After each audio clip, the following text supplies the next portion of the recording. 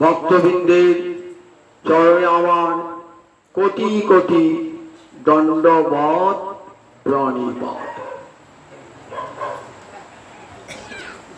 রাধা ভাব কান্তি ধরি তিন সুখে অবতীর্ণ হইলেন।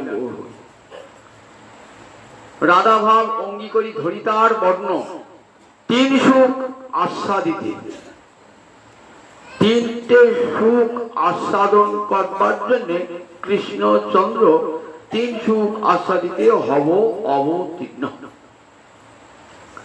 রাধা ভাব অঙ্গী করি ধরি তার বর্ণ, তিন সুখ আস্বাদিতে হব অবতীর্ণ। এটা কার কথা? কৃষ্ণের কথা। বৈবস্বত মন্বন্তরে অষ্টাবিংশতি দাপর এই কর্মনন্ত চলছে, বৈবস্বত মনুর শাসনকাল চলছে। এরপরে যে মনু আসবে অষ্টম মনু, তিনি হবেন সাবর্ণী মনু। দেখবেন চণ্ডীতে বলা আছে দেবী সুরত রাজাকে বর দিয়েছিলেন যে অষ্টম মন্বন্তরে তুই মনু হবি। এই সূর্যের পুত্র সুরত রাজা তিনি হবেন সাবর্ণী মনু পরবর্তী মন্বন্তরে। এখন চলছে বৈবস্বত মন্বন্তর। এই বৈবস্বত মন্বন্তরের ৭১ চতুর্যুগ হলে একটা মন্বন্তর, ২৮ মন্বন্তরে এসেছিলেন কৃষ্ণচন্দ্র দাপরে লীলা করতে।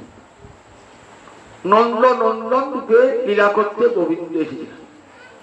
গোবিন্দকে তুই একবারই আসবেন, ব্রহ্মা দিনের মধ্যে একদিন আসবেন। ব্রহ্মাণ্ডের সময়কাল সত্য, ত্রেতা, দাপর, কলি, এমনি করে একটা চতুর্যুগ আগের দিনও বলেছিলাম। সত্য, ত্রেতা, দাপর, কলি এই চারটে গুলি একটা চতুর্যুগ। ৭১ চতুর্যুগে এক মন্বন্তর, ১৪ মন্বন্তরে ব্রহ্মার একদিন, আবার ১৪ মন্বন্তরে ব্রহ্মার এক রাত্রি। ব্রহ্মার একদিনে তিহ অবতীর্ণ। গোবিন্দ এই ব্রহ্মার একদিনে একবার মাত্র অবতীর্ণ হয়। অনেকের ধারণা প্রতি দাপরেই বোধহয় কৃষ্ণ আসে, দাপরে কৃষ্ণ আসেন বসে, কিন্তু তার অবতার আসে, অংশ আসে, কলা আসে। কিন্তু স্বয়ং ভগবান কৃষ্ণ একবার আসবেন ব্রহ্মার একদিনে তিহ অবতার। কি জন্য আসবেন? কোন প্রয়োজনে? অসুর বধ করতে নয়, ধরাধার হরণ করতে নয়। কি জন্য আসবেন? ব্রজ প্রেম বললেন, আমার বিনা অন্য নারে ব্রজ প্রেম দিতি। আমি ছাড়া, কৃষ্ণ ছাড়া আর কেউ জগতে প্রেম দান করতে পারেন না। কোন অবতারই প্রেম দান করতে পারেন না। দেখুন যত যত অবতার দেখান, কেউ ব্রজ প্রেম দান করেন নাই। কৃষ্ণ এসে ব্রজ প্রেম দান করেছেন। যখনই এই ব্রজ প্রেম দানের সংকল্প হবে, তখনই ভগবান স্বয়ং ভগবান শ্রীকৃষ্ণ অবতীর্ণ হবেন যশোদা এবং নন্দ মহারাজকে অবলম্বন করে। যে দাপরে কৃষ্ণ আবির্ভূত হবেন, তার পরবর্তী কলিতে গৌরাঙ্গ হরি অবতীর্ণ হবেন, শচীগর্ভ সিন্ধু মাঝে আবির্ভূত হবেন। ভালো করে মনে রাখবেন, যে দাপরে কৃষ্ণ আবির্ভূত হবেন, তার পরবর্তী যে কলি, সেই কলিতে গৌরাঙ্গ হরি অবতীর্ণ হবেন। সব কলিতে নয়, যে দাপরে কৃষ্ণ আসেন তার পরের যে কলি, সেই কলিতে গৌরাঙ্গ হরি অবতীর্ণ হবেন। কি করে অবতীর্ণ হবেন? কলিতে অবতারের আগমন শাস্ত্রে নিষিদ্ধ হয়েছে। কলিতে ভগবানের, কলিযুগে ভগবানের অবতার নাই। তাই ভগবান একটা নাম ত্রিযুগ, সত্য, ত্রেতা, দাপর, এই ৩ যুগে তিনি অবতীর্ণ হন, কলিকাল অবতীর্ণ হন না। তাহলে আপনি বলছেন কলিকাল অবতার? বললেন হ্যাঁ, কলিকালে তিনি অবতীর্ণ হলেন। কিরকম বলেন? অন্য যুগে লীলাবতার হবে, কিন্তু প্রেম ধর্ম দান করবার জন্য স্বয়ং ভগবান যখন খুশি আবির্ভূত হতে পারে। তাই কলিতে ভগবান স্বয়ং ভগবান শ্রীকৃষ্ণ এলেন গৌরাঙ্গ রূপে। ব্রজলীলা এই সাঙ্গ হয়ে গেল, তখন মনে মনে ভগবান ভাবছেন, কি মনে মনে ভাবছেন যে রাধা ভাব কান্তি ধরি ধরি তার বর্ণ, রাধা ভাব অঙ্গী করি ধরি তার বর্ণ, তিনি সুখ আস্বাদিতে হব অবতীর্ণ। রাধা ভাব অঙ্গী করি মানে অঙ্গীকার করে, রাধারানীর ভাব স্বীকার করে তার বর্ণ নিয়ে তিনটে সুখ আমি আস্বাদন করব। রাধারানীর ভাবটা কি? রাধারানীর ভাবটা কি? রাধারানীর ভাবটা দেখো, আমরা এ জগতে সাধন করে কত দূর পেতে পারি। বড় জোর প্রতি স্তরে প্রেম, আদৌ শ্রদ্ধা, তত সাধু সঙ্গ, তারপরে ভজনের ক্রিয়া, তারপরে অনর্থ নিবৃত্তি, তারপরে নিষ্ঠা, তারপরে রুচি, তারপরে আসক্তি, তারপরে স্তরটা নাম হচ্ছে রতি। রতির পর হয় প্রেম। আপনি সাধন করে এই প্রেম পর্যন্ত লাভ করতে পারেন, এর বেশি লাভ করতে পারবেন। এই প্রেমের পর আবার স্তর রয়েছে, স্নেহ, মান, প্রণয়, রাগ, অনুরাগ, ভাব, মহাভাব। কতগুলো স্তর বলুন দেখি। প্রেমের পর স্নেহ, মান, প্রণয়, রাগ, অনুরাগ, ভাব, মহাভাব। এই মহাভাবটা রাধারানী। মহাভাব, মহাভাবের আবার দুটো স্তর, রূঢ়, অধীর। সব গোপীদের মধ্যে রূঢ় মহাভাব আছে, কিন্তু অধীর মহাভাব নাই। অধীর মহাভাব কার মধ্যে আছে? রাধারানী আর চন্দ্রাবলীর মধ্যে। অধীর ভাবের আবার দুটো স্তর, মাদন আর মদন। একমাত্র রাধারানী এই মাদন মহাভাবে অবস্থিত। সর্বভাবদ কমলাসী মাদন পরাৎপর, রাজতে হ্লাদিনী সার, রাধায়াম এব য সদা। খুব কান খাড়া করে শুনুন, রাধারানী কোথায়? আমার রাধারানীর কথা বলি তো, রাধারানীর কথা বলবো অধিকারী নাই আমাদের। নাই কোথায় রাধারানী? বলে একবার, সর্বভাবদ কমলাসী, একসঙ্গে সমস্ত ভাবের উদ্গম হয়। রতি থেকে আরম্ভ করে মহাভাব পর্যন্ত সবগুলো ভাবের একসঙ্গে উল্লাসশীল হয়ে ওঠে।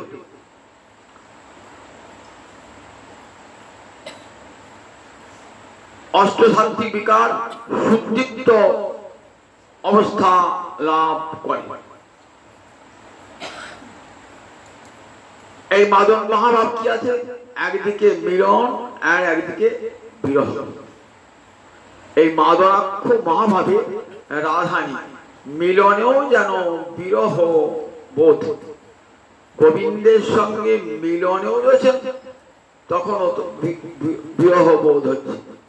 চণ্ডীদাসের পদে দুহু করে দুহু কাঁদে, বিচ্ছেদ ভাবিয়া কিল রাধ না দেখিলে, যায় যে মরিয়া। দুহু করে দুহু কাঁদে, করে মানে কোলে, দুজন দুজনকে আলিঙ্গন করে আছে। তথাপি বিচ্ছেদ ভাব, মনে হচ্ছে হারাই হারাই ভাব। এক মুহূর্ত যদি রাধারানী কৃষ্ণকে দর্শন না করেন, তাহলে যায় যে মরিয়া, যায় যে রাধারানী প্রাণান্ত অবস্থা সৃষ্টি হয় এক মুহূর্ত যদি কৃষ্ণকে দেখতে না পাই। এই অবস্থাতে আমরা কোথায় দেখি? দেখুন, আমরা মহাপ্রভু যখন গম্ভীর রয়েছেন না, রাধা ভাবে ভাবিত হয়ে রয়েছেন, তো রাধা ভাব অঙ্গীকার করেছেন। তো যুগায়িতং নিমিষেন চক্ষুষা প্রবিশায়িতং, শূন্যায়িতং জগৎ সর্বং গোবিন্দ বিরহেণ মে। স্বরূপ দামোদর রায় রামনকে বলছেন, যুগায়িতং নিমিষের, নিমিষ মানে একটা চোখের পলক ফেলতে যে সময় লাগে তাকে আমরা কি বলি? এক নিমেষ। এক নিমেষ বলে এক নিমেষে লোক ছুটে পাবে, তার মানে আমার চোখের পলক ফেলতে তাকে বলে নিমেষ। যুগায়িতং নিমিষেন, রাধারানী ভাবে বলছেন মহাপ্রভু এক নিমেষ যদি আমি কৃষ্ণকে দেখতে না পাই, মনে হয় যেন একটা যুগ কৃষ্ণকে দর্শন করি নাই। তাহলে বুঝে একবার মহাভাবের পর্যায়টা কোথায়। আমি যদি রাধারানী সাজি হবে, স্বর্গের দেবদেবীরা রাধারানী সাজতে পারেন না, বৈকুণ্ঠের লক্ষ্যেও রাধারানী সাজতে পারেন না, এতখানি উঁচু পর্দায় আমার রাধারানী। এক মুহূর্ত কৃষ্ণ যুগায়িতং নিমিষেন চক্ষুষা প্রাবিশায়িতং, চোখে নেমে আসে বর্ষার জলধারা। প্রাবিত মানে বর্ষাকাল, প্রাবিশায়িত মানে বর্ষার জলধারা। দোড়ানে ওরাঙা নয়নে বহে তপত হিল, আজ ধারায় ধরা ভেসে যায় রে আমার মহাপ্রভু, নয়নি জলে ধারায় ধরা ভেসে যায় রে। যুগায়িতং নিমিষেন চক্ষুষাং প্রাবিশায়িতং শূন্যায়িতং জগৎ সর্বং, সমস্ত জগৎকে মনে হয় শূন্য, সব রয়েছে যেন কিছুই নয়, সব রয়েছে স্বরূপ দামোদর আবরায়, সব রয়েছে যেন কিছুই নয়। রাধা যেমন কৃষ্ণ দেখতে না পেলে কেমন হতেন? কৃষ্ণ দেখতে না পেলে দেখতেন জগৎ শূন্য। এক নিমেষ যদি তারা কৃষ্ণ দর্শন না করতেন কি করতেন? দৃশিষু পক্ষ্মকৃতং বিধাতারঙে স্বপন্তি। দৃশিষু মানে দুই চোখে, পক্ষ্মকৃতং পক্ষ মানে নিমেষ, চোখে যার যে বিধাতা দুই চোখে নিমেষ সৃষ্টি করেছে সেই বিধাতাকে স্বপন্তি শাপ দিতেন, অভিশাপ দিতেন। যে বিধাতা তুমি যজ্ঞ সৃষ্টি জানো না, তুমি নির্মাণ কার্য করতে পারো কিন্তু জানো না যজ্ঞ সৃষ্টি। যে হেরিবে কৃষ্ণানন তাহারে করে দুনয়ন, বিধি হইয়া হেন অবিচার। মোর বল যদি ধরো কোটি আখি ধার করো, তবে জানি যজ্ঞ সৃষ্টি তার। জগতে রূপ দেখবার জন্য দুটি নয়ন যথেষ্ট, কিন্তু কৃষ্ণ রূপ দেখবার জন্য দুটি নয়ন নয়। কেন কোটি নয়ন দিলে না হে, আমরা অপলকে চেয়ে রইতাম, কেন কোটি নয়ন দিলে না হে। কৃষ্ণের যত রূপ শুনো সনাতন, যে রূপেরই এক কণে ডুবায় সবে ত্রিভুবন, সর্বপ্রাণী করে আকরে সন। রূপের এক বিন্দু এক ফোঁটা জগৎকে ডুবিয়ে দেয় সৌন্দর্যের সাগরে। রাধারানী সেই মহাভাব দশায় কি দেখতেন? এই কৃষ্ণ মাধুর্য সাধন করতেন। যুগায়িতং নিমিষেন চক্ষুষা প্রাবিশায়িতং শূন্যায়িতং জগৎ সর্বং গোবিন্দ বিরহে। তাহলে বুঝতে পারছে রাধারানী কোথায়? মাদনাক্ষ মহাভাবময়ী, সর্বভাবত গমল্লাসী, সমস্ত ভাব উদ্গত হয়ে উদ্গম হয়ে উল্লাসশীল হয়। সর্বভাব মাদন অয়ং পরাৎপর, এই ভাবটার নাম মাদন ভাব। পরাৎপর শ্রেষ্ঠ হতেও শ্রেষ্ঠ, পর মানে শ্রেষ্ঠ, শ্রেষ্ঠ হতেও শ্রেষ্ঠ। রাজতে হ্লাদিনী সার, এই মহাভাবকে কি বলা হয়? হ্লাদিনী সার। রাধায়াম এবং বলেন একমাত্র রাধা রানীর মধ্যেই আছে, কার কারো মধ্যে নাই। এই এব অব্যয়টা মানে একমাত্র রাধা রানীতেই আছে। রাধায়াম শব্দ বিভক্ত হয়েছে, রাধা কি একমাত্র রাধাতেই আছে এই মহাভাব। স্বয়ং ভগবানের পর্যন্ত মহাভাব নাই, রাধা রানীর এই মহাভাব আছে। দেখুন একবার রাধানী কত উঁচুতে, একবার বিচার করুন।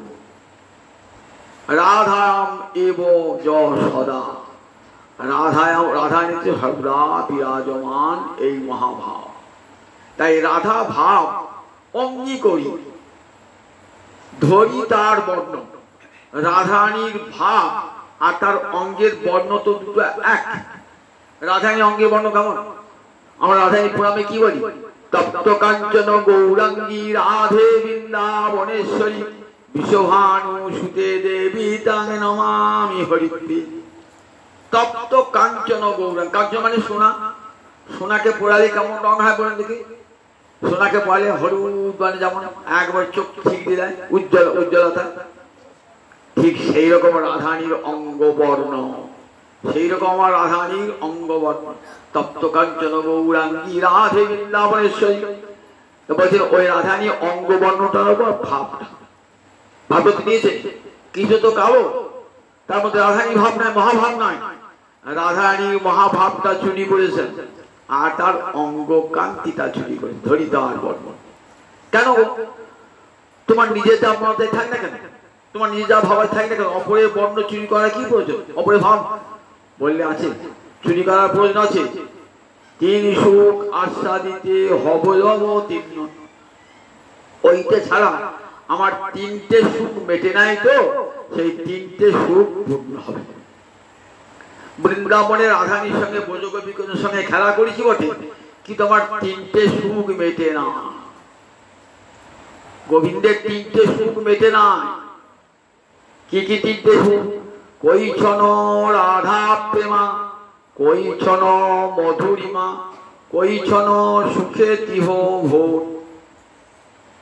শুনতে হবে, কৈছন রাধা প্রেমা, কৈছন মধুরিমা, কৈছন সুখে তিহ ভোর।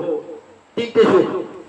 রাধা রানীর প্রেম কেমন, সেই প্রেমের আলোকে আমার মাধুর্য কেমন। আমাকে ভালোবেসে রাধারানী অন্তরের সুখ হয় কেমন। তাহলে তিনটে সুখ হলো। এক নম্বর হলো রাধারানীর প্রেম কেমন, সেই প্রেমের আলোকে আমার মাধুর্য কেমন। আর আমাকে ভালোবেসে রাধারানী অন্তরে সুখ হয় কেমন। তা তিনি তো ভগবান, সর্বজ্ঞ, সবই দিতে পারেন বললেন না, সর্বজ্ঞ হলো এখানে দিতে পারেন না। তাই এত করে রাধারানী ব্রজগোপীগণের সঙ্গে খেলা করলেন। মা যশোদা নন্দ মহারাজের সঙ্গে বাৎসল্য রসের আস্বাদন হলো, সখাগণের সঙ্গে সখ্য রসে আস্বাদন হলো, ব্রজগোপীগণের সঙ্গে মধুর রসে আস্বাদন হলো, কিন্তু তিনটে বাঞ্ছা অপূর্ণ রয়ে গেল। এই তিনটে বাঞ্ছা পূর্ণ করবার জন্য কৃষ্ণচন্দ্র গৌর হল। আমার রাধা মাধব গৌর হলো, ঘরে ঘরে নামি বিলালো। আমার রাধা মাধব গৌর হলো। রাধারানী আর মাধব একসঙ্গে মিলিত হয়ে গৌরাঙ্গ রাসরসে প্রেম বিবর্ত বিলাস মূরতি। রাসরসে আমার রাধারানী কি করছেন? রাধারানীর প্রেমে কৃষ্ণ অঙ্গ গলে যাচ্ছে। রাধারানী অঙ্গ বলছে, রাধারানী কৃষ্ণ রাধারানী অন্তরে প্রবেশ করে যাচ্ছেন একবারে, আর বাইরে নয়। এবার এসো একই অঙ্গে, আর যেন কোনোদিন বিরহ না হয়। রাম অবতারে বিরহ হয়েছিল, বাল্মীকির আশ্রমে সীতা দেবী কাঞ্চন নয়নের জলে বুক ভাসিয়ে, নয়ন জলে বুক ভাসিয়ে সীতা দেবী কাঞ্চন আমি কি অপরাধে করেছিলাম, আমার পতি দেবতা রামচন্দ্রের সঙ্গে কেন আমার এমনই বিরহ হলো। রাম মূর্তি অঙ্কন করছেন আর নয়ন জলে ভেসে যাচ্ছে, আর মনে মনে ভগবানকে প্রার্থনা করছেন, হে হে ভগবান হে সৃষ্টিকর্তা বিধাতা, আমায় এমন কেন করলি, আমার বিরোহিনী দশা কেমন করলি, আর যেন এই বিরহ না থাকে, আমার দুটি অঙ্গ যেন একই অঙ্গে পরিণত হয়। রাম অবতার থেকে সেই বাঞ্ছা যেন আর কোনোদিন বিচ্ছেদ না হয়, তাই রাধা রানীর অন্তরে আমার গোবিন্দ প্রবেশ করলেন। অন্তরেতে বাইরেতে শ্যাম তনু, অন্তরে গৌরাঙ্গ জনু। গৌর দেখছেন তো, বাইরে বাইরে গিয়েছেন, বলছেন দেখো বাইরেতে দেখছেন কি গৌর বর্ণ তো, রাধানী বর্ণ তো, আর অন্তরেতে কি রয়েছে, অন্তরেতে কৃষ্ণ বসে রয়েছে। কৃষ্ণ বসে কি করে বুঝবেন, বস্ত্র দেখে বুঝবেন। রাধানীর অন্তরে কৃষ্ণ বসে আছেন, কৃষ্ণের অন্তরে রাধানী বসে আছেন। কি দেখে বুঝবেন, বস্ত্র দেখে। আর রাধানী কি বস্ত্র, নীল বস্ত্র, তারপরে নীল কৃষ্ণ, শ্যাম কৃষ্ণ রাধানীর অন্তরে। আর গোবিন্দের অঙ্গে কি পীতবাস, কি পীতবাস, পীত বর্ণের পীতবাস, রাধানী অঙ্গের বর্ণ পীতবর্ণ, তাই গোবিন্দের অন্তরে রাধানী। অন্তরেতে শ্যাম তনু, বাহিরে গৌরাঙ্গ জন। তাই তিন সুর আস্বাদিতে হব অবতীর্ণ। প্রথম সুরটা আমি আগে আলোচনা করেছি পাবনা পর্যন্ত, এখনো বহুবার করেছি রাধানীর প্রেমের মহিমা কেমন। আজকে দ্বিতীয় পাঞ্চাটি আলোচনা করব। দ্বিতীয় পাঞ্চাটি কি না, রাধা রানীর প্রেমের আলোকে আমার মাধুর্য কেমন। গোবিন্দের 6টা ঐশ্বর্য আর 4টে মাধুর্য, মনে থাকবে, 6টা ঐশ্বর্য আর 4টে মাধুর্য। 6টা ঐশ্বর্য কি কি, ঐশ্বর্যস্য সমগ্রস্য, বীর্যস্য যশস্য, জ্ঞান বৈরাগ্যশ্চৈব সন্ন্যাং ভগ ইতি স্থিত। ভগবানের ঐশ্বর্য, ভগ আছে তাই ভগবান, ঐশ্বর্য আছে তাই ভগবান। সমগ্র ঐশ্বর্য, সমগ্র বীর্য, সমগ্র যশ, সমগ্র শ্রী, সমগ্র জ্ঞান, সমগ্র বৈরাগ্য, সবটাতে সমগ্র, অংশ নয়, একবারে গোটাগুটি গোবিন্দ আছে সমগ্র। এই 6টা ঐশ্বর্য ভগবান। এই 6টা ঐশ্বর্য নারায়ণে আছে, কিন্তু নারায়ণ আর কিছু তো একই, নারায়ণে কিন্তু 6টা ঐশ্বর্য আছে।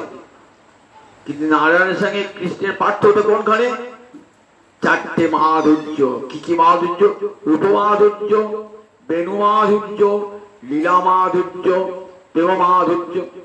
এ মাধুর্য নাহি নারায়ণে। নারায়ণ আর গোবিন্দ একই, কিন্তু কিন্তু লীলা করবার সময় গোবিন্দের 4টে মাধুর্য, এটা নারায়ণ আমরা দেখতে পাই না। তাই কৃষ্ণের 64 গুণ, নারায়ণ এবং কৃষ্ণের 60 গুণ, কৃষ্ণের 4টে বেশি গুণ।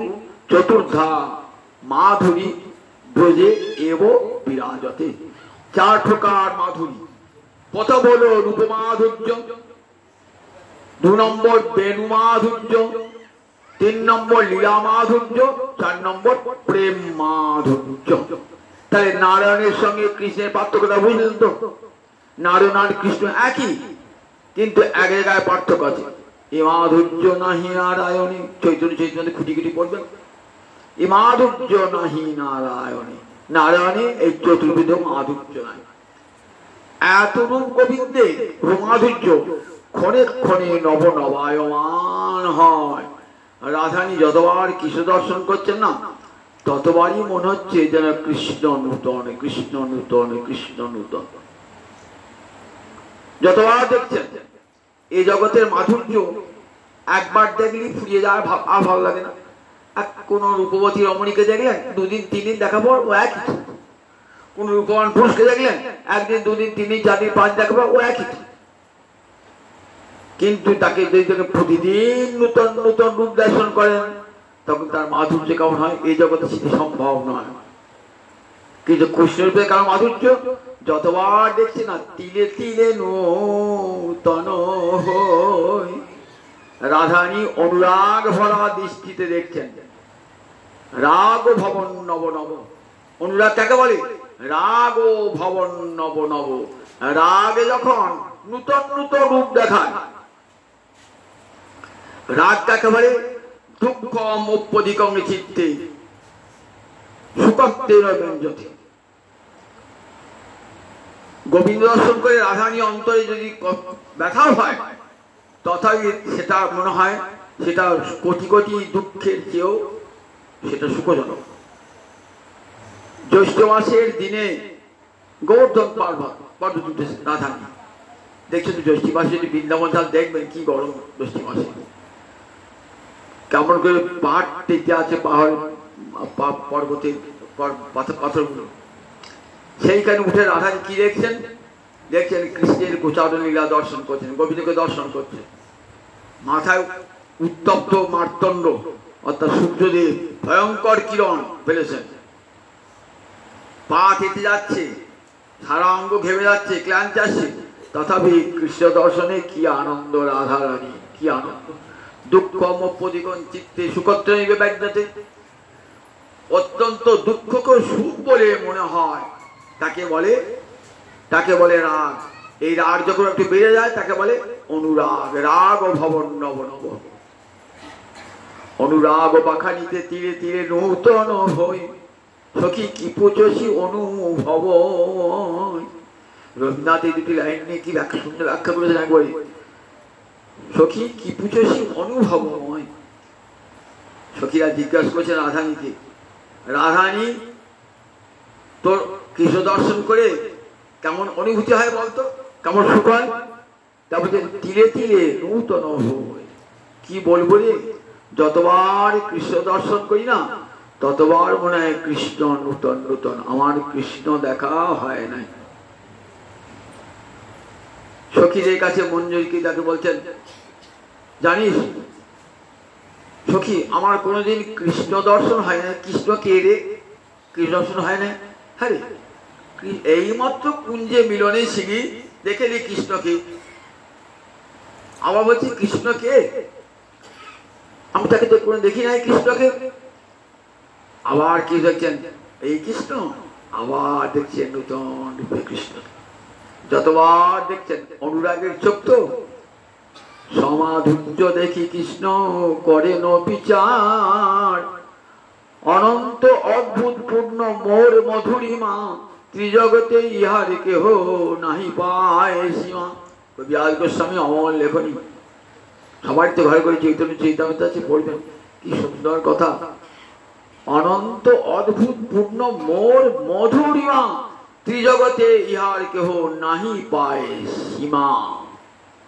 জানো আমার কেমন মাধুর্য? এই মাধুর্যের অন্ত নাই, অনন্ত অদ্ভুত, ক্ষণে ক্ষণে পাল্টিয়ে দেয়। আমার পূর্ণ, আমার সমান জগতে কাউরে মাধুর্য নাই। অনন্ত অদ্ভুত পূর্ণ মোর মধুরিমা, ত্রিজগতে ইহার কেহ নাহি পায় সীমা।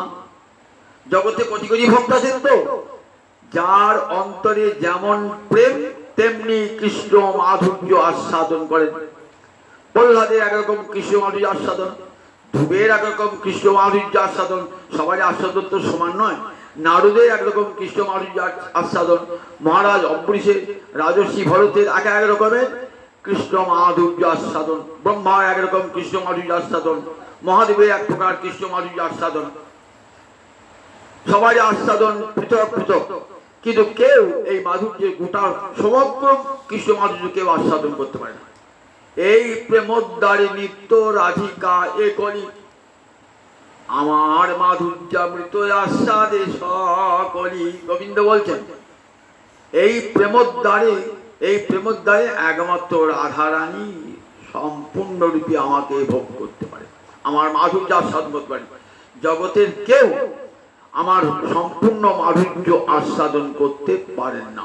আমার মাধুর্যের এক কণা দর্শন করে ভোলানাথ পাগল হয়ে আছেন, ব্রহ্মা পাগল হয়ে আছেন। এক কণা দর্শন করে এই সমগ্র মাধুর্য দর্শন করবার ক্ষমতা জগতে কারোর, যত বড় ভক্ত হন না কেন। উদ্ধব শেষকালে প্রণাম করে এলেন গোপীগণকে, বন্দে নন্দবোধ শ্রীরাম পাদরেম অভিজ্ঞ। তোমাদের মতন কৃষ্ণ মাধুর্য আমি আস্বাদন করতে পারলাম না। আমি তো ভক্তরাজ, আমার জ্ঞানী শ্রেষ্ঠ, তথাপি পারলাম না। তোমরা যেমন করে কৃষ্ণ মাধুর্য আস্বাদন করেছো, তাই তোমাদের চরণের ধুলি এক কণা যদি কোনো কালে পাই, তাহলে হয়তো কৃষ্ণ মাধুর্য কিঞ্চিত আস্বাদন হতে পারে। তাই আমি আর কোনো জন্ম চাই না। আমাকে যদি আবার জন্ম দাও প্রভু, তাহলে এই বৃন্দাবনে লতা করে রেখো। বৃন্দাবনে ব্রজগোপ গোপী নয়। উদ্ধব, তুমি এত বড় জ্ঞানী ভক্ত, তুমি তো বৃন্দাবনের গোপগোপী হতে পারো। বলে না না না, ও অধিকার আমার নাই। বৃন্দাবনে ময়ূর বৈরী, হংস হংসী, না, ও যোগ্যতা আমার নাই। বৃন্দাবনের গাছপালা, বলে না, অত বড় হবার যোগ্যতা আমার নাই। তাই কি হবে? লতা মাটিতে নিচু হয়ে পড়ে থাকবো। কেন গো? ব্রজগোপীরা যখন কৃষ্ণের বংশীর ধ্বনি শুনবে, কৃষ্ণ গৃহীত মানসা আজ মূরন্যান্য লক্ষিতোদ্যমা সযত্র কান্ত জবলোল কুণ্ডলা। কৃষ্ণের বংশীর ধ্বনি শুনে ব্রজগোপীরা ছুটবেন পাগলিনী হয়ে, পাগলিনী হয়ে ছুটবেন। মনহি মনহি আপনা সপি, তখন তাদের চরণ ধুলা, কারণ দেখতে হবে না পথে কি আছে না দেখতে হবে না, তো তখন তাদের চরণ ধুলি আমার মাথায় পড়ে যাবে। আমার অধন্য জীবনে ধন্য হবে, আমার অধন্য জীবনে ধন্য হবে, আমার অধন্য জীবন ধন্য হয়ে যাবে। ব্রজগোপীর চরণ ধুলা মাথায় পড়ে, সেই চরণ ধুলি যদি পাই, তবে যদি কৃষ্ণ মাধুর্য আস্বাদন হয়। একমাত্র রাধানী পূর্ণরূপে কেমন আস্বাদন করছেন দেখুন। পদকর্তারা কেমন শুনিয়েছেন। যমুনায় জল আনতে গিয়ে রাধানী কৃষ্ণ দর্শন হয়েছে। তো আমরা তো গৌরাঙ্গ মন্দির, গোবিন্দ মন্দিরে কৃষ্ণ দর্শন করি। কেমন রাধানী কৃষ্ণ দর্শন করে কি বলছেন সখীগণকে জানিস? কেমন কৃষ্ণ মাধুর্য অনুভূতি আমার জানিস? কিরকম অনুভূতি তোমার? মোহন মুরলী হাতে কদম্বে হেলান, দেখিয়া শ্যামের রূপ হইলামে অচেতন। আমি তা দেখতেই পারলাম না। মোহন মুরলী হাতে কদম্বে হেলাম, দেখিয়া শ্যামের রূপ হইলাম অচেতন। আর দেখতে পারলাম না, মূর্ছিত হয়ে গেলাম। এত মাধুর্য কৃষ্ণ অঙ্গে, উপচে উপচে পড়ছে মাধুর্য, উপচে উপচে সে মাধুর্য আমার দুটো চোখে কেমন করে দেখব? কৃষ্ণ যে মাধুর্যের সাগর, সে মাধুর্যের সাগর থেকে এক ঘটি জল আনবার ক্ষমতা আমার নাই। আমি কি করেছি? আমি দুটি নয়নে কুম্ভ ভরিয়ে এনেছি, সেই রূপ সাগরে হতে আমি দুটি নয়নে কুম্ভ পুড়ে এনেছি। আমার কাছে তো কলসি ছিল না, এই রূপ সম্বন্ধে কি জানিব? আমার দুটো নয়ন হলো কলসি, সেই দুটি নয়নে কুম্ভ ভরে এনেছি। দুটো নয়ন কুম্ভ দিয়ে ভরে এনেছি আমার মাধবের মাধুর্য আস্বাদন করছি। জানিস আমি কৃষ্ণ, আমি যমুনায় জল আনতে গিয়ে আমার কি দশা হলো? সই কেন গেলাম যমুনার জলে, সই কেন গেলাম যমুনার জলে। নন্দের নন্দন চাঁদ পাতিয়াছে রূপের ফান, ব্যাধে ছলে কদম বেরোতরে, দিয়া হাস্য সুধাচার অঙ্গ ছটা আঠা কাঠ, আমার আঁখি পাখি তাহাতে পড়িল। জানিস সখী, ওইখানে আমার মরণ হয়েছে। কারণ যমুনায় জল আনতে গেলাম, যমুনায় জল আনতে গিয়ে আমি তো আর এক ঘর সংসার জগৎ সব হয়ে গেছি। গোবিন্দ প্রেম যখন হয় না, তখন জগৎ সংসার সব ভুল হয়ে যায়। দেখবেন ঠাকুর রামকৃষ্ণদেব বলেছেন, যখন ভগবানের প্রেম হয় তখন জগৎ সংসার সব ভুল হয়ে যায়, তবেই জানবেন গোবিন্দে ভালোবাসা এসেছে। রাধানী বলছি কেন গেলাম এই যমুনার জলে, সেই কেন গেলাম রে? যমুনায় জল আনছি কেন গেলাম? দেখলাম নন্দের নন্দন চাঁদ পাতিয়াছে রূপের ফাঁদ। নন্দনন্দন রূপের ফাঁদ পেতেছে, রূপের ফাঁদ। আমার আখি পাখি তাহাতে পড়িল। ব্যাধেরা ফাঁদ পাতে কি জন্যে? পাখি ধরবার জন্যে। তা কোন পাখি হইবে? ভুজগোপীর দুই আখি, আখি পাখি তাহাতে পড়িল। পাখি পড়ে গেলে উঠে এসো সেখান থেকে, জাল থেকে কি করে আসবো? দিয়া হাস্য সুধা চান, অঙ্গ ছটা আটা তার। দিয়া হাস্য সুধা চান, অঙ্গ ছটা আটা তার, আখি পাখি তাহাতে পড়িল। পাখিরা যখন জাল ফেলে না, কি করে? তখন কি দেয়? খাবার দেয়, যাতে খাবার লোভে আসে, খেয়ে পালাবে। পাখি তো কি করে? আটা মিশিয়ে রাখে যাতে পাটা জড়িয়ে যায় আর পাখি পালাতে না পারে। তাই দিয়া হাস্য সুধা চান, এমন অমৃতময় গোবিন্দের হাসি না। দিয়া হাস্য সুধা চান, অঙ্গ ছটা আঠা তার। আর গোবিন্দের অঙ্গ যদি কেমন? আঠার মতো। আমার আখি পাখি তাহাতে পড়িল। আমার আখি পাখি পড়ে গেল। আবার মনে মৃগী হেন কালে পড়িল রূপের জালে। শূন্য দেহ পিঞ্জর রহিল, সই কেন গেলাম যমুনার জলে। কি হলো? মনে মৃগী হেন কালে, আমার মনটা পাখি, চোখ দুটো গেল, সেই সঙ্গে আমার মনে মৃগী হরিণী, মন হরিণী। কি হলো? মন মৃগী হেন কালে পড়িল রূপের জালে। ওই রূপ দর্শন করে মন আর আমার কোথাও যায় না, কৃষ্ণ রূপের জালে পড়ে গেছে। তাহলে তোমার আমার দেহটা আছে দেখছিস তো, মনটা নাই। শূন্য দেহ পিঞ্জর রহিল, দেহ খাঁচা কাটা রয়েছে। খাঁচায় যে পাখি ছিল, হরিণ মনে মৃগী ছিল, সে গোবিন্দের রূপের জালে পড়ে গেছে। তাই দেখ, আমার আর মনটা নাই, আমার সব ছিল। লজ্জা ছিল হেমাগার, গুরু গৌরব সিংহদার, ধর্ম কপাটে ছিল তাই। লজ্জা, সুশীলতা, এইসব গুণ আমার জীবনে, আমার চরিত্রের বড় গুণ। সবাই আমাকে বলতো রাধানী নারী শ্রেষ্ঠা, কত তার ভূষণ। লজ্জা নারী নাম ভূষণম। সুশীলতা, লজ্জা নারীর অলঙ্কার, সুশীলতা নারীর অলঙ্কার, সুন্দর স্বভাব নারীর অলঙ্কার। এগুলি সব, এগুলি সব আমার ছিল কেমন জানো? হেমাগার। সোনায়, সোনা যেমন ঘরে থাকলে পরে তাকে যেমন রক্ষা করে থাকে সবাই, বড় বড় রক্ষিত প্রহরী থাকে, তেমনি গুরু গৌরব সিংহদার। আমার গুরুজনের গৌরব, বংশের গৌরব, সেই কুল শীল লজ্জারূপ হেমকে রক্ষা করে কিছু। কিন্তু কি হলো জানিস? আমার সবে চলে গেল রে, বংশীর বজ্রাঘাতে পড়ি গেল অকস্মাতে, সমভূমি করিল আমায়। বংশীর বজ্রাঘাতে, বাজ বললে কি হয়? ঘর চুরমার হয়ে যায়। বংশীর বজ্রাঘাতে পড়ি গেল অকস্মাতে, আমার সব অহংকার চূর্ণ হয়ে গেল। সমভূমি করিল আমায়, আমার কুল ছিল মান সবই গেল। ওই কৃষ্ণ রূপ দর্শন করি আমার কুল ছিল মান সবই গেল। সব চলে গেল, ধৈর্য লজ্জা কুলমান সব চলে গেল।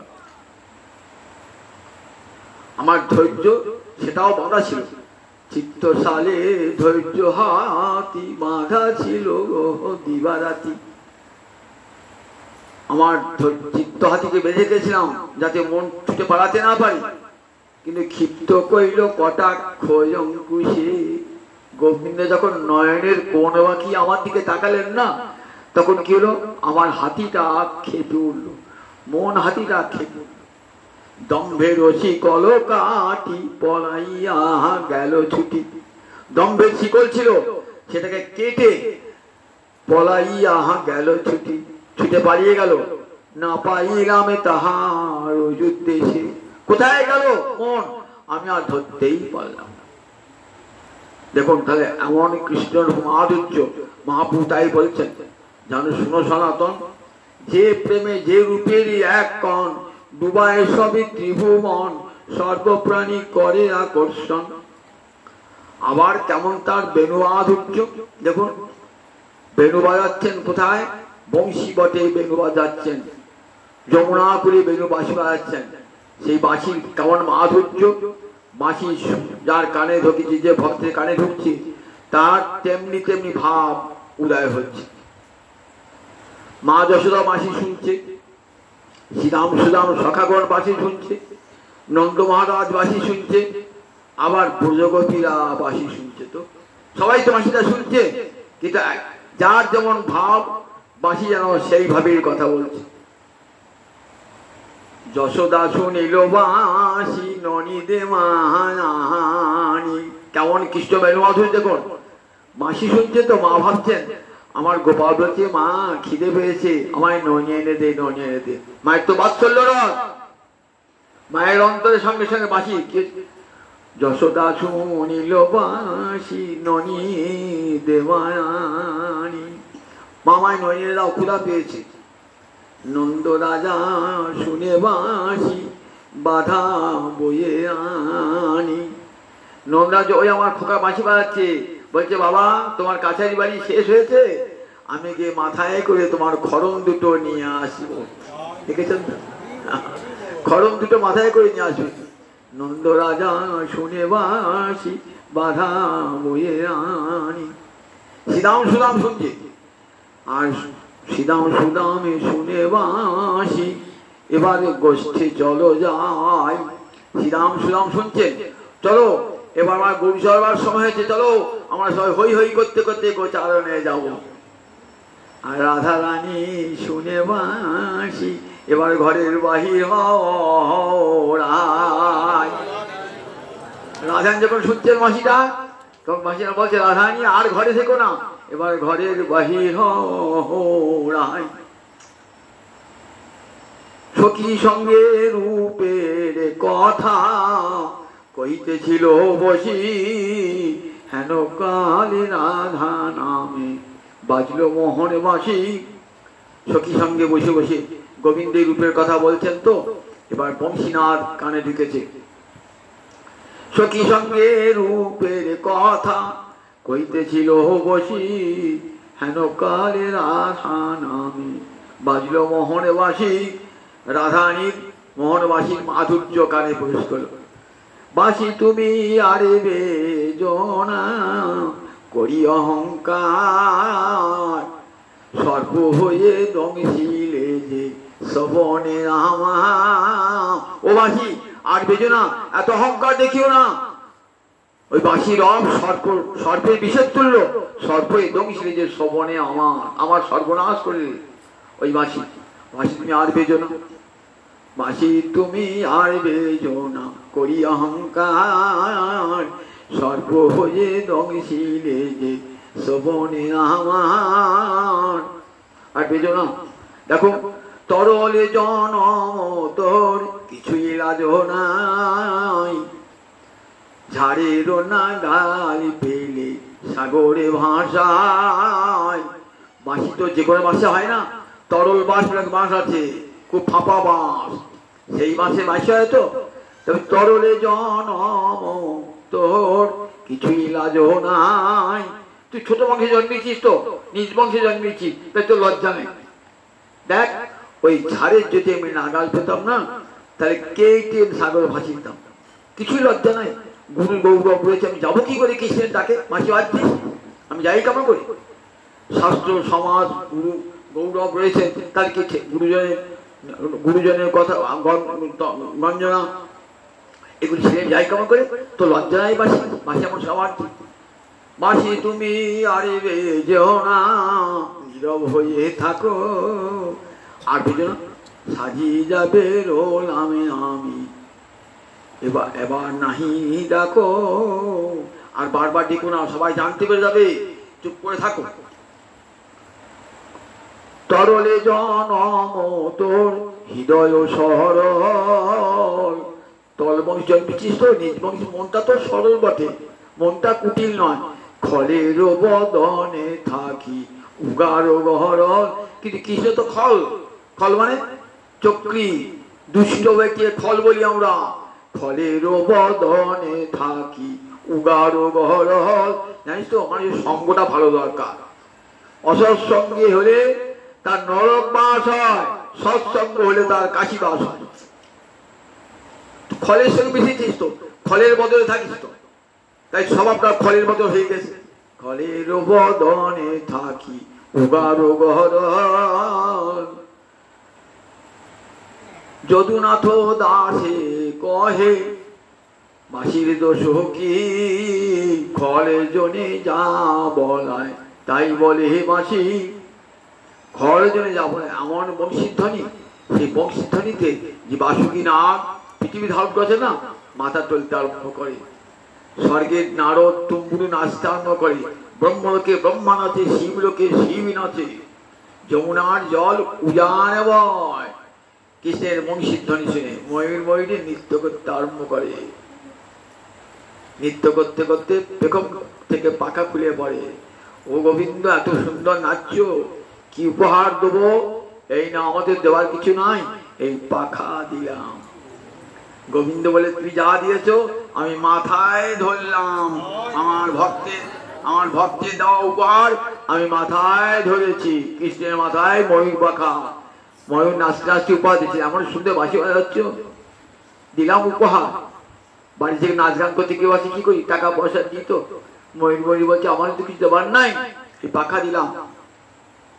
ভক্তের দান তো সামান্য হলেও ভগবান বলছে আমি মাথায় করি। ভক্তের দান গোবিন্দ মাথায় নিয়েছে। তাই দেখুন কেমন অপূর্ব বংশীধ্বনি। আবার গোপীরা বলেছেন, ও বংশী, তুমি কি তপস্যা করেছিলে গো? সবসময় কৃষ্ণের অধর সুধা পান করছো। আমরা নারী জাতি হয়ে এটা তো আমাদের অধিকার। পুরুষের অধমৃত আস্বাদন করার অধিকার তো আমাদের নারী। তুমি কি করে পুরুষ হয়ে, বংশী তুমি পুরুষ হয়ে কেমন করে ওই কৃষ্ণের অধমৃত পান করছো? আচ্ছা বলতো মাসি, তুমি কোন দিক থেকে তপস্যা করেছিলে? কি মন্ত্র তুমি জপ করেছিলে বলো তো মাসি, কি মন্ত্র? আমরা তাহলে সেই দিক থেকে তপস্যা করবো। আমরা তাহলে সেই মন্ত্র জপ করবো, যাতে কৃষ্ণের অধরামৃত আস্বাদন করতে পারি। অধরামৃত এমন বংশী রব। বিল্লমঙ্গল যখন কানতে কানতে পরের পথে যাচ্ছেন না, বৃন্দাবনে যাচ্ছেন, বিল্লমঙ্গলের নাম শুনেছেন তো, দক্ষিণ ভারতে পরম ভাগবত। তখন অপূর্ব শ্লোক ছন্দে গোবিন্দের উপমহিমা বংশী মহিমা বর্ণনা করছেন। তরুণারুণ করুণাময় বিপুলায়ত নয়ন, কমলাকুচ কলস ভর বিপুলীকৃত পুলকম, মুরলীর অবতুর তরলীকৃত মুনিমানস নলিন, মম খেল তু মজ্জেতসি মধুরাধরম অমৃতম। চোখে দেখতে পাচ্ছে না, কিন্তু হৃদয়ের মাঝে ওই গোবিন্দের রূপ উদিত হচ্ছে। বিল্লমঙ্গল দুই চোখ দেখে কি বলছেন? তরুণারুণ করুণাময় বিপুলায়ত নয়ন। তরুণ অরুণ, অরুণ সূর্য, সূর্যোদয় তুমি কি হয়? অরুণোদয় হয়, লাল পড়া। গোবিন্দের নয়ন দুটি কেমন? তরুণারুণ, তরুণ অরুণের মতো রক্তবর্ণ। কোনগুলি রক্ত, মাঝখানটি সাদা। তরুণারুণ আর করুণাময়, ওই নয়ন দিয়ে বিশ্বজীবের প্রতি করুণা ঝরে পড়ছে। তরুণারুণ করুণাময় বিপুলায়ত নয়ন। নয়ন দুটি তোমার একবারে কেমন? একবারে আকর্ণ বিস্ত, কর্ণ পর্যন্ত টানা টানা চোখ। বিপুলায়ত নয়ন কমলাকুচ কলস ভর বিপুলীকৃত পুলকম। কমলা মানে রাধানী, রাধানীকে আলিঙ্গন করে তোমার অঙ্গে অপূর্ব পুলক জেগে উঠেছে। বিপুলীকৃত পুলক, সারা অঙ্গে পুলক জেগে উঠেছে। মুরলী অবতরলীকৃত মুনিমানস নলিন। আর বংশীধ্বনি কি করেছে? যারা মুনি ধ্যান করছে, যোগী ধ্যান করছে, তো মন টলবে না কিছুতেই। কিন্তু গোবিন্দের বংশীধ্বনির এমন মহামহিমা যে মুরলীর অবতর মুনিমানস নলিন। ময়ূর মন পদ্ম টলে ওঠে। বলছি ওই মধুর আদম অমৃতম যেন আমার হৃদয়ের মাঝে উদিত হয়, ওই মধুরূপ করে। এত তার অপূর্ব রূপ গোবিন্দের, যেমন অপূর্বের মাধুর্য, কেমন লীলা মাধুর্য ভগবানের দেখুন, যিনি স্বয়ং ভগবান। রাধানীকে একবার দর্শন করবার জন্যে তার কত লীলা খেলা। এক ফাঁকে একবার দর্শন করবার জন্য কি সেরেছেন, কখনো সেরেছেন পুরোহিত সেরেছেন। কি করবেন, সূর্য মন্দিরে পুজো দেওয়াতে নিয়ে যাবেন, বিশাখার একটা পুরীর দেখে এনেছে। জটিলাকে বলছে তোমার কথাগুলো বড় রুক্ষ রুক্ষ, তো সেটা কোনো পুরীতে আসতে চাইছে না। বলছে মায়ের কথা বড় ভালো নয়, মায়ের কথা খুব চটাং চটাং কথা, যাবো না, আমার পুজো করতে যাবো না। তা বললে শোনো, আমার একটা বহু কষ্ট, শোনো মা, আমরা বহু কষ্ট করে একটা পুরী পেরেছি, মথুরা বাড়ি, বহু বেদজ্ঞ পণ্ডিত এসে, বুঝেছো, বেশি কথা বলবো না, সে কারো হস্ত স্পর্শ করে না, আর কারো মুখে কোনো রমণী মুখী দিকে তাকান না। কে এসছেন, গোবিন্দকে সাজিয়ে এনেছে।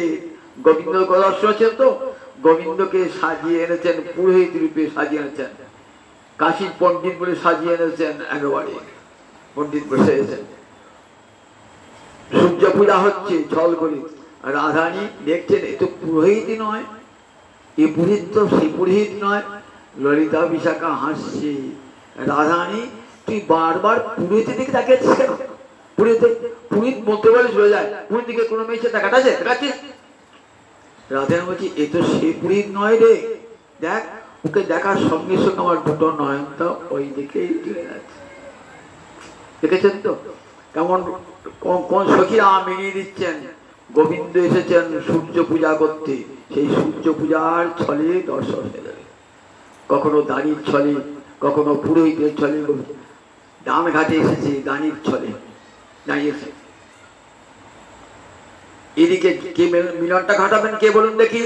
যোগ মায়া, যাকে বড়াই বুড়ি বলি, যার কাজ হলো রাধা মাধবের মিলনে ঘটানো, যার কাজ যোগ মায়া পূর্ণমাসী, তার কাজ হলো রাধা গোবিন্দের মিলন ঘটানো। কোথায় যজ্ঞ হচ্ছে? গোবর্ধনের নিচে একটা যজ্ঞ হচ্ছে। সেই যজ্ঞেতে যারা ঘৃতদান করবে না, তাহলে কি হবে না, তাদের ধন পুত্র সব বৃদ্ধিপ্রাপ্ত হবে। সারা ব্রজমণ্ডলে ঢুকিয়ে দিয়েছে, সবাই যাচ্ছে।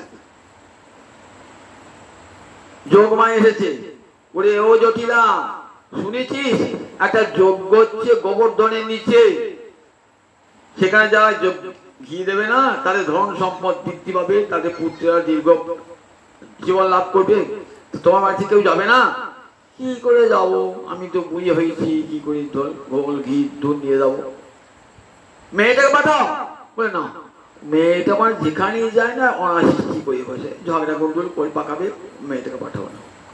তাহলে তাহলে বাড়ির বউটাকে পাঠা। বউটা যাবে, বাড়ির বউ যাবে, কোনো চিন্তা নেই, আমি ওই সঙ্গে। রাধানীকে নিয়ে আসছেন সখী কোন সঙ্গে, ওই দেশে গেছেন তো জানেন, জটিলা বলবে যাবো না, কুটিলা বলবে রাধানীকে। রাধানী মনে বড় আনন্দ, কৃষ্ণ দর্শনের স্বাদ বিদ্যে তো, দানে ছলে ভেটি বোকানাই। রাধানী চলছে মাথায় যদি দুগ্ধের পশয় নিয়ে ঘিতের পশয় যাচ্ছেন সখী ওনার সঙ্গে। কৃষ্ণ সংবাদ পেয়েছেন, সখা গর্ভপুত্র গোচারণ কর। দাদা বলরামকে বললেন, বলরাম দাদা তুমি দেখো আমি আসছি শীঘ্রই। আসছে শীঘ্রই বলে কোথায়? গোবর্ধনের পাহাড়ে দাঁড়িয়েছে, অপূর্ব মনোহর ছাদে দাঁড়িয়েছে এসে। রাধানী বলছে ওই দেখ পথে দাঁড়িয়ে আছে। ললিতা বলছে আলিবা তো ভাই কি, আমরা তো গুরুজনের আদেশ যাচ্ছি, আরে যোগ মায়া পড়াই বুড়ি আছে আমাদের সঙ্গে, আমি যাচ্ছি। ভয় কি চল? ললিতা ভৈরবী একবারে ভয়ঙ্কর তেজ, ললিতা চল আমি আছি সঙ্গে, তো ভয় কি যাও। রাধানী সাহস নিয়ে যাচ্ছে। রাধানী মন কিন্তু কৃষ্ণের কাছে যাবো, আর যাবে কি করে, বাধা আছে তো। অন্য চল আমরা অন্য পথ দিয়ে যাই। অন্য পথে যাচ্ছেন। রাধা গোবিন্দ বলছে কোথায় যাও গো গোয়ালিনী, কোথায় তোমার ঘর? ও বালিনী তোমার বাড়ি কোথা গো? স্পর্ধা কম না তো, আমাকে দান পথের শুল্ক না পাচ্ছ, পথের শুল্ক আগে দাও, পথের শুল্ক দাও। বলছে এই পথে তো আমরা নিত্য যাতায়াত করি, ঘোল ঘি মাখন নিয়ে, ওই কোন পথে সুরকিত হয় না, এখন নতুন নিয়ম হয়েছে। এখন এই জানো এই বৃন্দাবনে কে রাজা, মদন রাজা। তা মদন রাজাতে কি হয়েছে, তারপরে আমি তার চর তো আমার পাঠিয়েছে যে ওই যারা ঘোল দুধ বিষ যাবে তাদের কাছে কর আদায় করবে। তো কি কর দেবে, কোথায় যাও গো গো দিদি, কোথায় তোমার ঘর, মদনের রাজার চর যে নামি দাও যৌবনে কর। আমি মদন রাজার চর, আমি কি করি জানো তো, পয়সা করি নি না, কিনি মানুষের যৌবনকে আমি গ্রহণে করি, তোমার যৌবনে করবে না। অর্থাৎ যৌবন হলো কৃষ্ণ ভজনের সমান। বুড়ো বয়সে গলায় লেগেছে কাশি করছি, যাবো কাশি, তখন আর গোবিন্দ ভজন করলে কিছু হবে? তখন বুড়ো হয়ে গেছে, কেউ ভালোবাসে না, সব ভোগ শেষ হয়ে গেছে, এবার হা গোবিন্দ হাগর বলে পড়ে আছে। যখন জীবনের শ্রেষ্ঠ সময় যৌবন, শক্তি আছে, সামর্থ্য আছে, বল আছে, সেই সময় তো কৃষ্ণ ভজন করতে হয়। তবে দাও যৌবনে কর, এই বলে গোবিন্দ এগিয়ে আসে। দেখো ছি ছি ছি নীলাজে কানাই, ছুঁয়ো না পরের নারী, পর পুরুষের পবন পরশে আপনার সচেলে স্নান করি। ছো না, আমাদেরকে ছো না, জানো তো আমরা পরম প্রতিপদা, আমরা পর পুরুষের ওই বাতাসের স্পর্শে আবার স্নান করে আসি। কম নয়, তুমি কি খুব রূপবান নাকি?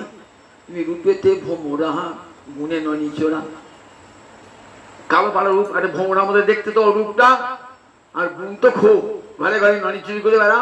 রূপেতে ভ্রমরা গুণে ননি চোরা, বিভব ধবনি বসতি গাছে। কি আছে তোমার? আমি নন্দরাজা ছেলে, হ্যাঁ দেখছি তো, গাছের উপর রাজত্ব করছে। আর কি সম্পদ তোমার? এই কথা সাবরি ধবরি গৌরী সম্পদ।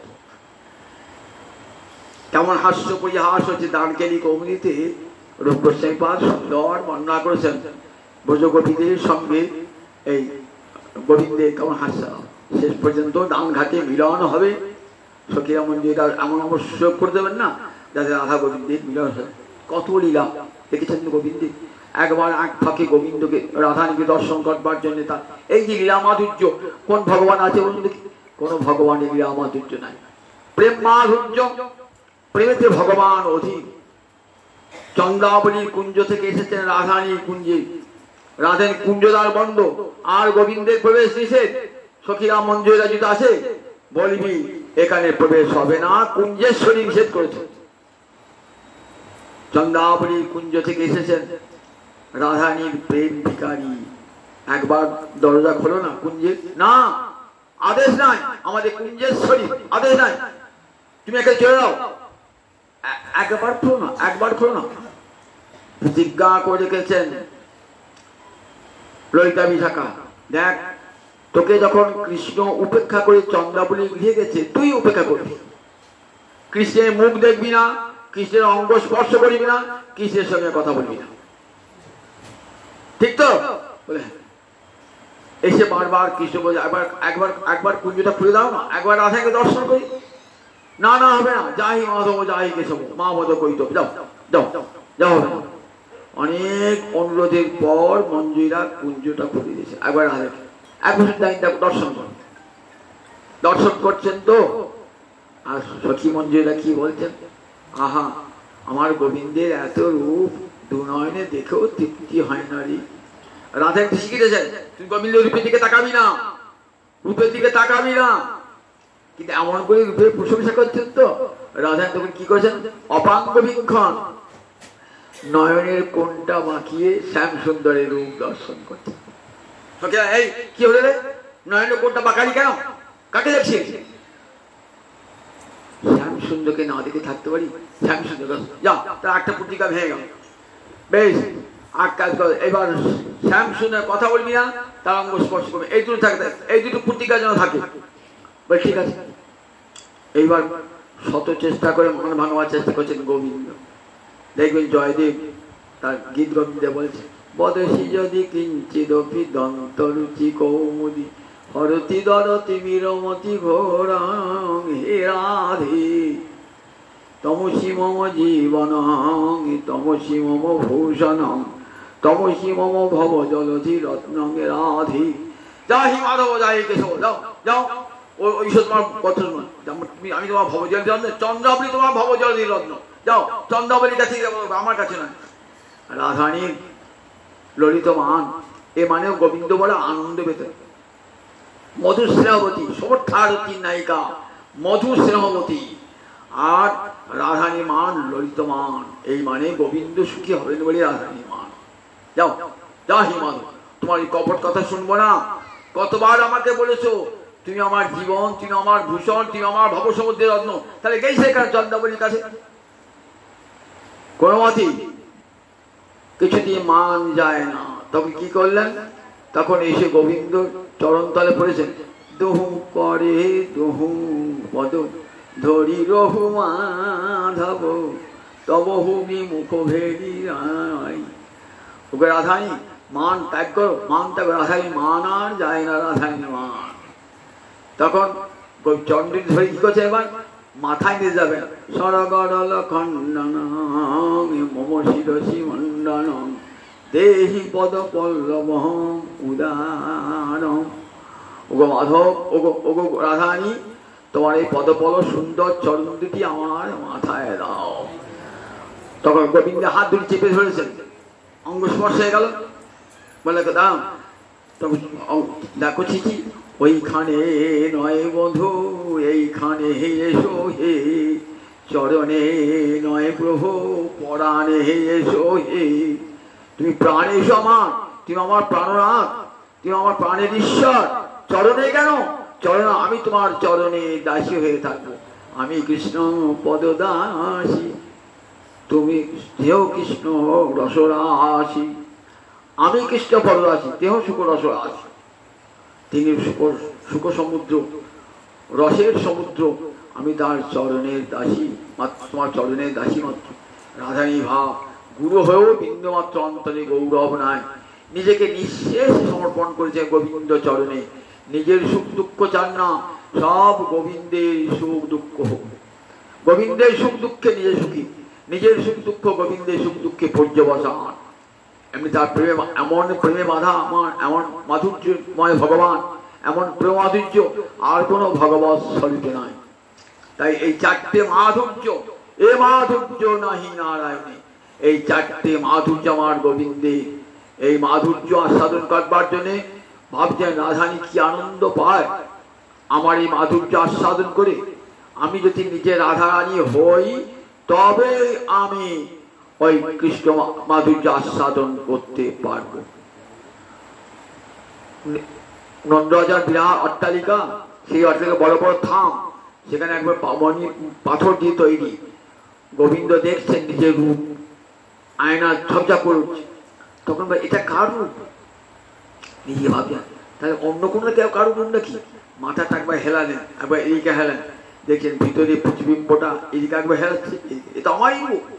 তখন মনে হলো এত অপূর্ব রূপ, আমি এই রূপ আস্বাদন করব, এই মাধুর্য আস্বাদন করব, কামে রাধিকে।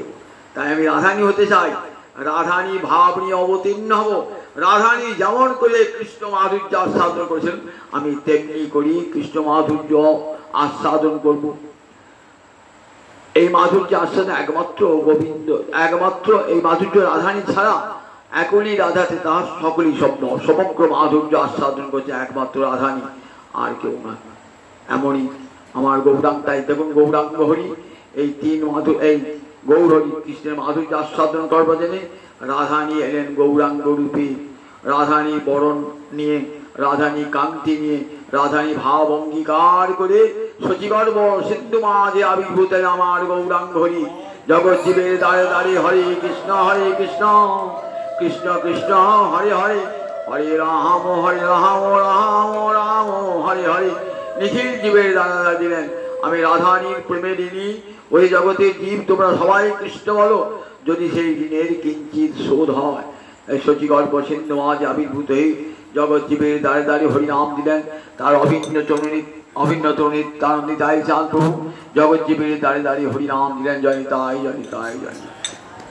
আজ হোলি খেলবো শ্যাম তোমারি শোনে, একলা পেয়েছি তোমায় নিধুবনে। আজ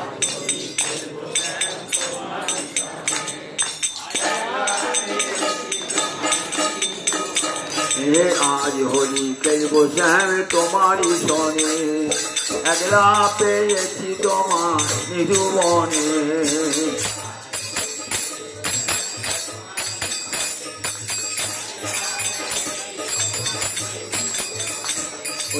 আবির চলব তোমার রাঙা চরণে, আবির ছিটাবো তোমার রাঙা চরণে, আবার কুমকুম মারিব তোমার বাঁকা নয়নে।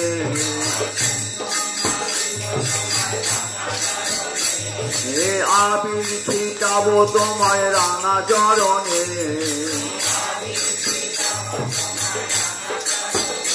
আমার কুমকুম মারিব তোমার বাঁকা নয়নে।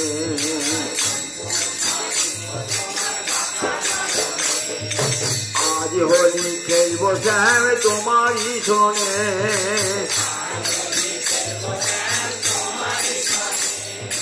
একলা পেয়েছি তোমায় নিধুবনে।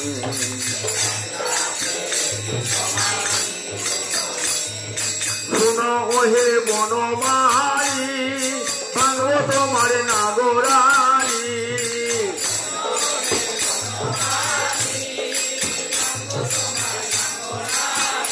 তোমার চূড়া বাকি কেড়ে লব, দিব করে তালি। আজ হলি খেলব শ্যাম তোমারই শোনে,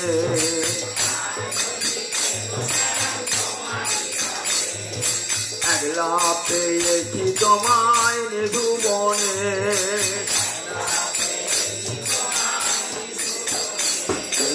আজ হলি খেলব শ্যাম তোমারই শোনে,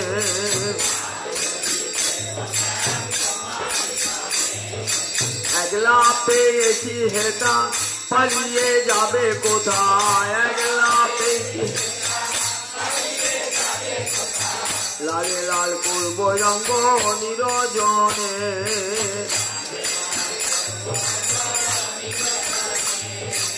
আজ হোলি খেলব শ্যাম তোমারই শোনে,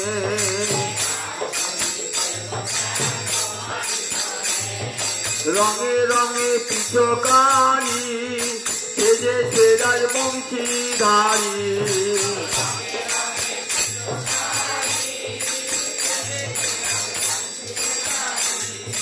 রঙে রঙে পিছকারি সেজেছে রাজবংশীধারী।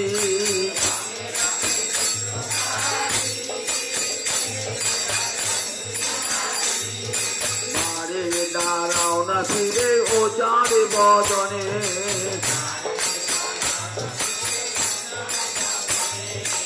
আজ হোলি খেলব শ্যাম তোমারই শোনে,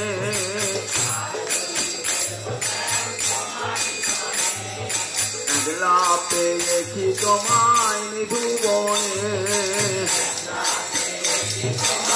নিধুবনে। আজ হোলি খেলব শ্যাম তোমারই শোনে, একলা পেয়েছি তোমায় নিধুবনে। জয় জয় রাধে কৃষ্ণ গোবিন্দ, জয় জয় রাধে।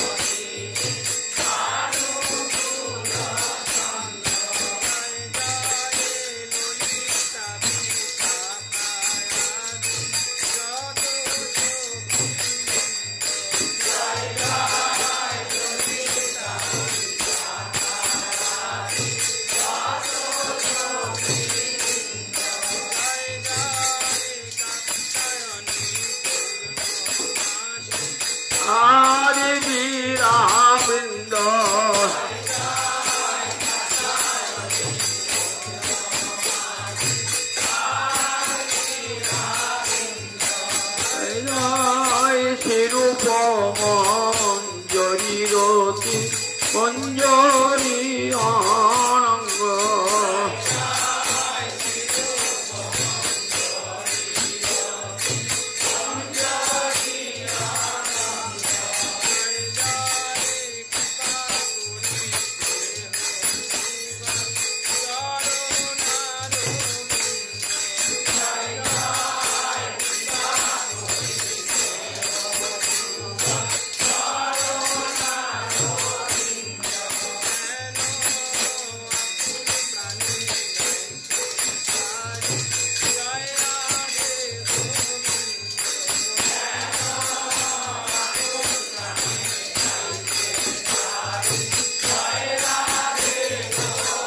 জয়